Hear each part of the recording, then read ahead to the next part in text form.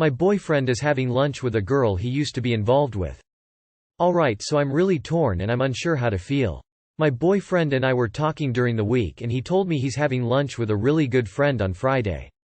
I knew it was a girl and he had told me they're really good longtime childhood friends, so I didn't think much of it. Last night we were talking, and he told me they used to have sex and I guess were sneaky links. I wanted to ask more questions, but I also didn't want to hurt my feelings in the process, so I just said, okay, I get it, but he kept saying they're really good friends and he wouldn't do anything to hurt me. My question is, how would you feel if your S.O. did this to you? It feels disrespectful, but I know she's a good friend of his. Unsure of what to say or do or even feel about the situation. He's meeting and having lunch with her because she's moving away to another province, so I understand in that sense. Why don't you ask to join him so you can meet someone important to him and his life? If your gut feeling is telling you this isn't okay, you should listen to it. You are allowed to have boundaries, that you're not comfortable with your partner spending time alone with someone he used to have sex with. And you need to be clear about your boundaries. Tell him how you feel about it and see how he responds. That should let you know if he is a keeper or not. If this is a deal breaker for you, he needs to know that too. As a dude, I can tell you this probably isn't cool, either for guys or girls to do. Maybe his intentions are pure, but you have no idea about hers. I wouldn't like if my girl went and had lunch alone with some dude she used to hook up with. My S.O. husband did this to me for years with one specific girl and used to make me feel so bad for questioning it. They were having sex the whole time. All good, they deserve each other. I love, hate my girlfriend, mother of my child, and feel trapped. Hello. Me and my girlfriend have been together for 3 years now. We have a 4-month-old son that I love very much together. But, our son came to be from an accidental pregnancy. My issues are stemming from the pregnancy and also her life choices. I understand it is still my fault, but I have a deep hidden anger due to her lying to me about her contraceptive use, leading me to believe our sex was safe. She told me she lied cause she didn't think she could get pregnant. I tried moving past this, but I cannot. I have more issues with her lack of pursuit of a meaningful income, as well as her disinterest in her weight. To be perfectly blunt, I am turned off by women with higher body fat. She knows this, and rolls her eyes at me when I invite her to the gym or offer to go grocery shopping with her. I have and am working very hard in my life to pursue a better life for myself and to give my, hopefully multiple children one too. Our difference in lifestyle choices have become obvious too late, as now I feel trapped with her due to our son. I don't know what to do, I feel like giving up. Many people seem to think I am trying to avoid responsibility for the pregnancy. I clearly said it was my fault, and I fully intend on raising my son to the fullest. You have to be a father and provide for your son. That baby is your #1 priority for the next 18 years. You do not have to stay with your girlfriend, but you do have to figure out how the two of you will successfully co-parent your son after you leave her. Leave. Pay child support. Be a great father. You don't have to be with her to be a great father. It'll be easier for your child if you sort this out now than waiting another 3, 5, 10 years and breaking their heart in the process. You can do this amicably, don't make it personal.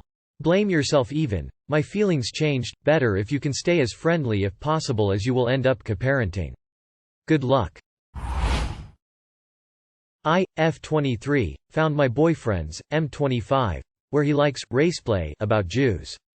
So weird post. I am not a kinky person and was not even aware raceplay, or like ethnic-based kink, was a thing. I'm also Jewish. I was buying bus tickets using his laptop, which he okayed, and found basically pornography and message boards about Jewish women. It filled with offensive comments and gross sexualizing of Jewish women, including women who died in the Holocaust. I went through his history after and found he visited these sites often. I know I'm not supposed to kink shame, but I truly am disgusted with him. I am planning on dumping him and warning my friends about him. I don't think that's unreasonable. Even if it's a kink, it's disgusting and I feel less safe with him as a result. Also, this happened this morning, he's at work and I haven't messaged or confronted him about this. Some kinks are shame-worthy. He's fetishizing women that died in the Holocaust. That's so many levels of fucked up that I wouldn't even know how to unpack it. This sounds like the dude who raped his wife because she didn't want to play the role of slave in a plantation, roll in bed. I don't recommend confronting him. Just break up. What type of thing do you think he can say that's going to make you think, oh, that's okay? I'm going to stay long-term with this guy. I don't think you'll be safe if you confront him. This is not a kink shame, this is disgusting. Read here about the post I mentioned. Opening square bracket. This is a kink that is acceptable to shame. Anything rooted in bigotry should be shamed. Good for you warning other people. That goes beyond kink straight to mentally disturbed. That's probably one of the more fucked up things I've read on this sub. Definitely break up with that weird fuck. Sorry you go through that. My girlfriend, 27F, wants me, 31M, to weigh in on her residency rank list and I'm not sure we're there yet. Here's the rundown. I met a girl in February, we started casually seeing each other and we've been a bit more serious this fall. We've taken a trip together, I've met her mom, etc. She's a fourth-year med student at a school about 75 minutes away, which has actually worked pretty well. We're both really busy during the workweek anyway, so we just spend weekends together typically. Complicated part is what happens after she finishes med school this spring. She just finished her residency interviews, and now needs to finalize her rank list. She wants me to weigh in and create it with her. And here's where I'm going in circles a bit.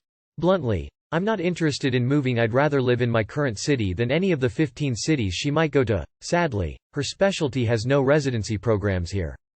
My job is here, my friends are here, it's close to my family, etc. I have a life built here that I'm really happy with. And I'm not sure yet if I see myself with this girl long term. So given that, I'm really hesitant about weighing in on her list. I would feel terrible if she changes her order based on my preferences, matches somewhere I'm more excited about than she is, and then we ultimately break up, or I still don't feel ready to move come this summer. On the flip side, if I stay out of it, there's a real chance she matches somewhere I flat out do not want to live, and then we're really in a tough spot. Plus if I tell her I don't want to weigh in, I think she's going to be quite hurt. Overall this feels fast to be talking about moving in together if not for her residency. Can't imagine we'd already be at this type of a crossroads.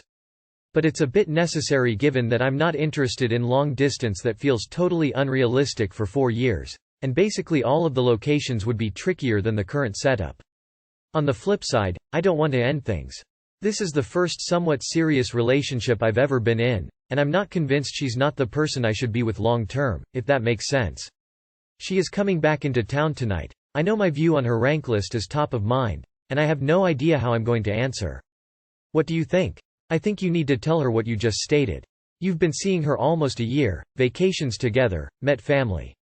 A lot of people would consider that long term, and would involve the other person in life-changing decisions. If you're not in that same frame of mind, she needs to know that and make this major decision on her own, based on what would make her the happiest, instead of striving for a we. Have a conversation with her, and let the chips fall where they may. If after nearly a year and meeting each other's family you do not see her as a long-term partner, you have to tell her and tell her now. 2 separate issues. 1. Tell her what you told us. You like your city and she should formulate her list not based on you. 2. Do you actually want to be with her? Because it honestly sounds like you want to dip. Now would be a good time to dip so she can really make her list out for herself.